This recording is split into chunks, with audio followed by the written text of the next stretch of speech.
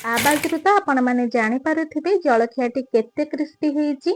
आज आम मात्र गोटे गिना अटारे पूरा परिवार ପାଇଁ गोटे नुआ जलखियाटे बनैबा बा नुआ स्नैक्स रेसिपीटे बनैबा। आशा करूची आपण मानको आज रे रेसिपीटी बहुत ही पसंद आसिबो। आज रे जलखियाटे को आमे अति सहज उपाय रे घरे थिबा मात्र किछिटा सामग्री को नेकी बनैबा जहाकी बहुत ही टेस्टी बनबो। तेबे चलंतु डेरी न करी रेसिपीटी स्टार्ट करि नेबा। प्रथमे एठी देखंतु मु नै जायछि गोटे गिना अटा। आमे जो अटा को प्रतिदिन रुटी पई व्यवहार करूना से अटा नै जायछि। एबे एथिरे देदेबा स्वाद अनुसार लूण, ता सहित अल्प किछि मेथी पत्र को देदेबा जहा द्वारा जलखिया रे बहुत भलो बास्ना आसीबो। एबे आमे अटा सहित ए सब को बढ़िया से टिके मिसै नेबा। एबे आमे ए अटा रे देदेबा गोटे चमच रिफाइन तेल। तेल देकी आमे अटा को बढ़िया से खास्ता बनै नेबा। एई भली भाबरे अटा को आमे जदी खास्ता बनै नेबा ना जलखियाटी एकदम क्रिस्पी हेकी बनिबो। एठी देखंतु तेल देई सरला परे हाथ रे बढ़िया से एमती घसी घसी का आमे तेल को अटा सहित मिसै नेबा। एमती हाथ रे मुठा करि नेबा। देखिबे जदी बढ़िया से मुठा हे जाउथिबो ना जानिबे जे हमर बढ़िया से खास्ता हे जाईची। एबे आमे एथिरे अल्प अल्प पानी देकी गोटे डोटे लगै नेबा। जेमिति कि आमे रुटी पई डो लगै थाउ ना सेई भली भाबरे आमे अल्प अल्प पानी देकी प्रथमे एमती गोटे गुळा बनै नेबा बा गोटे डोटे बनै नेबा। आउ आपण माने मध्य आमे जो रुटी पई जो डो लगै थाउ किछिटा गुळा बळी पड़ी थाए बा अटा चकटा हमर बळी पड़ी थाए सेइथिरु मध्य आपण माने ए जलखिया को बनै परिबे। एठी देखंतु मु अल्प अल्प पानी देकी बढ़िया से अटा को चकटी नेछि। आपण मानको एठी देखै दउची केते नरम हेकी बनिची। एई भली भाबरे आपण ए अटा गुळाटी को बढ़िया से चकटी नेबे। चकटी सरला परे प्राय 5 रु 10 मिनिट पई छाडी देबे। सेतिकी भितरे आमे कोन करबा ना चलंतु अलगा प्रिपरेशन करनेबा। एठी देखंतु मु 2 रु 3टी सिझा आलू नेछि। आलू रे एबे देदेबा स्वाद अनुसार लूण, अल्प टिके देदेबा चिली फ्लेक्स। आपण जदि पिलांका पई बनौथिबे ना स्किप करनेबे।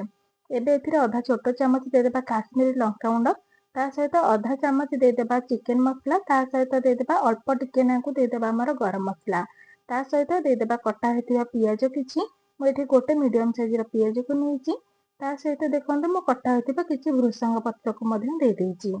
एबे एथिरे आमे किछि कंचा लंका को देबा। आपण जदि लंकार परिमाण टिके कम करबा को चाहचंती ना आपण माने कमै परिबे किबा आपण जदि पिलांका पई बनौथिबे स्किप करि परिबे। एबे आमे आलू को ए सब को बढ़िया से टिके मिसै कि एंती पर आलू चकटा भलिया करनेबा। आपण चाहे मैशर रे मध्य मैश करि परिबे। एठी आपण गोटे कथा ध्यान रखिबे, आलू को पूरा प्लेन करके चकड़ी नेबे जेमति किछि भी गेटा अंश न रहिबो। आलू रो स्टफिंग हमर पूरा पूरी रेडी हो गलानी। एठी देखंतु म आउ गोटे छोटो बाउलटे नेछि। एबे एथिरे देदेबा 2 चमच बेसन। बेसन दे सरला परे एथिरे जलखियाटी आउ डे क्रिस्पी बनिया पई एबे एथिरे देदेबा गोटे चमच कॉर्नफ्लोर। आपनका पाखरे जदि कॉर्नफ्लोर नथिबो ना आपण गोटे चमच हेते चाउळ चूना मधे देई परिबे। जलखियाटी टिके सुंदर देखा जिया पई अल्प टिके चिली फ्लेक्स देई देछि। ता सहित देदेबा अल्प किछि कस्तूरी मेथी। तापरे देखंतु भलो कलर पई अल्प टिके देदेबा हमर हळदी गुंड, आधा चमच देदेबा काश्मीरी लंका गुंड। ए सब को दे साला परे अल्प टिके देदेबा हमर गरम मसला। लास्ट को देदेबा एथिरे हम स्वाद अनुसार लूण। ए सब जिंस को दे साला परे एठी देखंतु मु गोटे चमच दे दोछि धळा राशि। धळा राशि देबा द्वारा जलखियाटी देखिबा को तो बहुत सुंदर देखा जिवो, ता सहित खाइबा को मधे भल लागिवो। एबे ए सब को सुखिला रे गोटे थरा मिसै सरला परे एबे एथिरे हम अल्प अल्प पानी देकी गोटे बैटर टे बनै नेबा। ए बैटर टी ना बेसी मोटा हबनी किबा बेसी पतला हबनी, मीडियम रे रहिबो। आपण माने प्रथम रो अल्प अल्प पानी देबे जा द्वारा आपण माने बैटर को को भल भाबरे बनैबे मु आपण मानकु देखै दोछि। अल्प अल्प पानी देकी ना आपण माने बैटर टी को बनैबे। एठी मु आपण मानकु चामच रे मधे देखै दोछि को भल भाबरे बैटर टी आपणकर रहिछि। आज रो ये रेसिपी जदि आपण मानकु पसंद आसीबो ना वीडियो को लाइक करिबे, शेयर करिबे। चैनल रे जदि नुआ प्लीज चैनल को सब्सक्राइब करनेबे। फेसबुक पेज रे देखुथिले निहाती फॉलो करिबे। एठी तो हमर बैटर टी रेडी हो जाईछि। एबे चलंतु हमर अटा रो चकटाटी को देखि नेबा। एठी देखंतु कवर काढी कि मु अटा को आउ थरे भाबरे चकडी नउछि अटा रो डोटी को जा द्वारा आउ टिके से सॉफ्ट हे जिवो। एबे हमें ए अटा रो गुळा रो एमती दुईटा गुळा बाहर कर नेबा। हमें जेमती नॉर्मली रोटी पई गुळा प्रस्तुत करूना ता ठारो टिके बड़ बड़ साइज रो गुळा तयारी करनेबे। आपण माने एमिति जदि बड़ बड़ गुळा तयारी करिकिना रुटी बेली नेबे आपणकर एका संगे बहुत सारा जलखिया रेडी हो जिवो। ଏବେ ଦେଖନ୍ତୁ ମୁଁ ଗୋଟେ ବେଲଣା ପେଡ଼ି ନେଇଛି, ସେଥିରେ ଅଳ୍ପ ଟିକେ ଅଟାକୁ ଡଷ୍ଟ କରି ନେଇଛି। ତା ସହିତ ଆମେ ଦେଖନ୍ତୁ ଯେଉଁ ଅଟାର ଡୋ ଲଗେଇଥିଲେ ସେଥିରୁ ଆମେ ପ୍ରଥମେ ରୁଟି ବନେଇ ନେବା। ଆମେ ଯେଉଁ ନର୍ମାଲି ରୁଟି ବନେଇଥାଉ ତାଠୁ ଟିକେ ବଡ଼ ହବ ଏଇ ରୁଟିଟା। ଆଉ ଆପଣଙ୍କର ଯେମିତି ପତଳା ତିଆରି ହୁଏ ରୁଟିଟା ନା, ସେଇଭଳି ଭାବରେ ପତଳା ହେଇକି ବେଲିବେ। ଜମା ବି ଏଠି ମୋଟା କରିକି ବେଲିବେନି। ମୁଁ ଆପଣମାନଙ୍କୁ ଦେଖେଇ ଦଉଛି କୋଉ ଭଳି ଭାବରେ ଆପଣମାନେ ବେଲି ନେବେ ରୁଟିକୁ। ଏବେ ତ ରୁଟି ବେଲା ଆମର ସରିଗଲା। ଏବେ ଏଥିରେ ଆମେ କ'ଣ କରିବା ନା, ଯେଉଁ ଆଳୁର ଷ୍ଟଫିଂକୁ ଆମେ ପ୍ରଥମରୁ ବନେଇକି ରଖିଥିଲେ ନା, ସେ ଆଳୁର ଷ୍ଟଫିଂକୁ ଏବେ ଆମେ ରୁଟି ଉପରେ ଦେଇକି ଚାରିଆଡ଼େ ଏମିତି ସ୍ପ୍ରେଡ୍ କରିନେବା। ଦେଖନ୍ତୁ ମୁଁ ଏଇଭଳି ଭାବରେ ବଢ଼ିଆ ସେ ଲଗେଇ ନେଇଛି। ଏବେ ଆମେ ଏଇ ରୁଟିକୁ ନା ଏମିତି ରୋଲ୍ କରିନେବା। ଏମିତି ଦେଖନ୍ତୁ ଧୀରେ ଧୀରେ କରିକି ପ୍ରେସ୍ କରିକି ଆପଣମାନେ ପୁରା ଏମିତି ରୋଲ୍ ଟାଇପ୍ର କରିନେବେ। ଦେଖନ୍ତୁ କେତେ ବଢ଼ିଆ ସେ ବନି ଯାଉଛି, ପୁରା ସହଜ ଏଇ ରେସିପିଟା। ଆପଣମାନେ ଏଇ ରେସିପିଟିକୁ ନିହାତି ଥରେ ଟ୍ରାଏ କରିବେ। ଆଉ ଆପଣମାନଙ୍କୁ କେମିତି ଲାଗିଲା ନା ନିହାତି ଜଣେଇବେ। ଏଇଠି ଦେଖନ୍ତୁ ରୋଲ୍ କରିସାରିଲି। ଆଉ ହାଲକା ଟିକେ ଲାଷ୍ଟ ବେଳକୁ ନା ଟିକେ ପ୍ରେସ୍ କରିକି ଆପଣମାନେ ରୋଲ୍ କରିନେବେ। ତାପରେ ଏମିତି ଆମେ ଗୋଟେ ଛୁରୀଟେ ନେବା। ସେଇଥିରୁ 1 ଇଞ୍ଚ ଲେଖାଏଁ ଗ୍ୟାପ୍ରେ ନା ଆପଣମାନେ ଏମିତି ଛୋଟ ଛୋଟ କରିକି କାଟି ନେବେ। ମୁଁ ଏଠି ଆପଣମାନଙ୍କୁ ଦେଖେଇ ଦଉଛି କୋଉ ଭଳି ଭାବରେ ଆପଣମାନେ କାଟିବେ। ଏଇଠି ଦେଖନ୍ତୁ ମୁଁ ଗୋଟେ ରୁଟିର ରୋଲ୍କୁ ଏଇଭଳି ଭାବରେ କାଟି ନେଇଛି। ମୁଁ ଏଇଠି ଆପଣମାନଙ୍କୁ ପାଖରୁ ମଧ୍ୟ ଦେଖେଇ ଦଉଛି।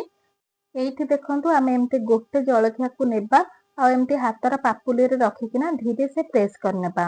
ଏଇଠି ଦେଖନ୍ତୁ ଆମେ ଜମା ବି ଅଧିକା ଜୋରରେ ପ୍ରେସ୍ କରିବାନି, ଏମିତି ଧୀରେ କି ପ୍ରେସ୍ କରେ ନା। ଦେଖନ୍ତୁ କେତେ ସୁନ୍ଦର ଜଳଖିଆଟି ଆମର ବନିଯାଉଛି।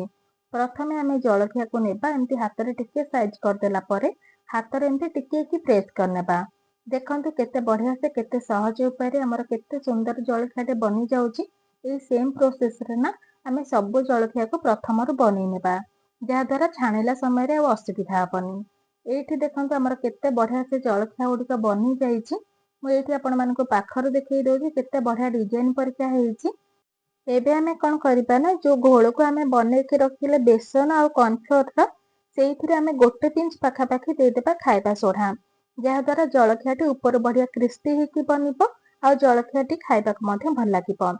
ଏବେ ଆମେ ଏଇ ବ୍ୟାଟରରେ ନା ଆମେ ଯେଉଁ ବନେଇକି ରଖିଥିଲା ଜଳଖିଆକୁ ସେଇଥିରୁ ଏମିତି 1 ଲେଖାଏଁ ଦେବା। ଦେଇକି ବଢ଼ିଆ ସେ ଏମିତି ଗୋଟେ କୋଟ ଆସିଲା ପର୍ଯ୍ୟନ୍ତ ଛାଡ଼ିଦେବା। ତାପରେ ଆମେ ଏମିତି କଣ୍ଟା ଚାମଚ ସାହାଯ୍ୟରେ ଧୀରେ କି ଉଠେଇବା ଆଉ ଏମିତି ତେଲରେ ଛାଣିବା। ପ୍ରଥମରୁ ତେଲକୁ ଆମେ ମିଡିୟମ ଫ୍ଲେମ୍ରେ ଗରମ କରିନେବା। ତେଲ ଯେତେବେଳେ ବଢ଼ିଆ ସେ ମିଡିୟମ ଫ୍ଲେମ୍ରେ ଆମର ଗରମ ହେଇଯିବ ନା, ସେତେବେଳେ ଆମେ ଜଳଖିଆକୁ ବ୍ୟାଟରରେ ଦେଇକି ବଢ଼ିଆ ସେ ଆମେ ଏମିତି ଛାଣି ନେବା। ଧ୍ୟାନ ରଖିବେ ଜଳଖିଆକୁ ପୁରାପୁରି ମିଡିୟମ ଫ୍ଲେମ୍ରେ ଛାଣିବେ। ଜମା ବି ହାଇ ଫ୍ଲେମ୍ କରିବେନି, ଯେହେତୁ ଆମେ ଅଟାର ଜଳଖିଆ ବନଉଛେ ନା, ସେ ଟିକେ ଛାଣି ହେଲା ବେଳକୁ ଟାଇମ୍ ଲାଗିବ। ଆଉ ଆପଣ ଯଦି ହାଇ ଫ୍ଲେମ୍ରେ କରିଦେବେ ନା, ଉପରୁ ତ ଜଲ୍ଦି ଭାବରେ ଗୋଲ୍ଡେନ୍ କଲର୍ ଆସିଯିବ, କିନ୍ତୁ ଭିତରଟା କଞ୍ଚା ରହିଯିବ। ଏଇଠି ଦେଖନ୍ତୁ ମିଡିୟମ ଫ୍ଲେମ୍ରେ ପ୍ରାୟ 1ରୁ 2 ମିନିଟ୍ ଛାଡ଼ିଲା ପରେ ସେ ଉପରକୁ ଅଟୋମେଟିକ୍ ଜଳଖିଆଟି ଉଠି ଆସୁଛି।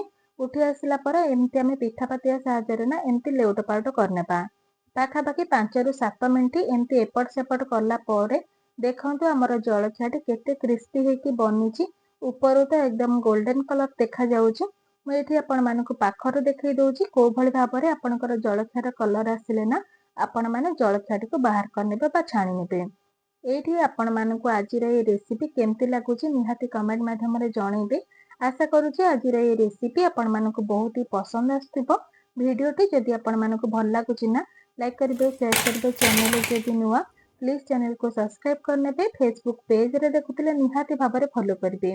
ଏଇଠି ଦେଖନ୍ତୁ ମୁଁ ଏଇ ସେମ୍ ପ୍ରୋସେସ୍ରେ ସବୁ ଜଳଖିଆକୁ ଛାଣି ନେଇଛି। ଆପଣମାନେ ଏହାର ଆବାଜରୁ ହିଁ ଜାଣିପାରୁଥିବେ କେତେ ବଢ଼ିଆ ବନିଛି। ଏଇଠି ମଧ୍ୟ ମୁଁ ଗୋଟେ ଜଳଖିଆକୁ ଆପଣମାନଙ୍କୁ ଭାଙ୍ଗିକି ମଧ୍ୟ ଦେଖେଇ ଦେଇଛି। ଦେଖନ୍ତୁ ଭିତରର ଟେକ୍ସଚରଟି କେତେ ବଢ଼ିଆ ହେଇଛି। ଆପଣମାନେ ଏଇ ପ୍ରୋସେସ୍ରେ এই ଜଳଖିଆକୁ ନିହାତି ଥରେ ଟ୍ରାଏ କରିବେ। ଆଶା କରୁଛି ରେସିପିଟି ବହୁତ ହି ପସନ୍ଦ ଆସିବ। ତେବେ ଆଜି ପାଇଁ ରହୁଛି, ନମସ୍କାର, ଜୟ ଜଗନ୍ନାଥ।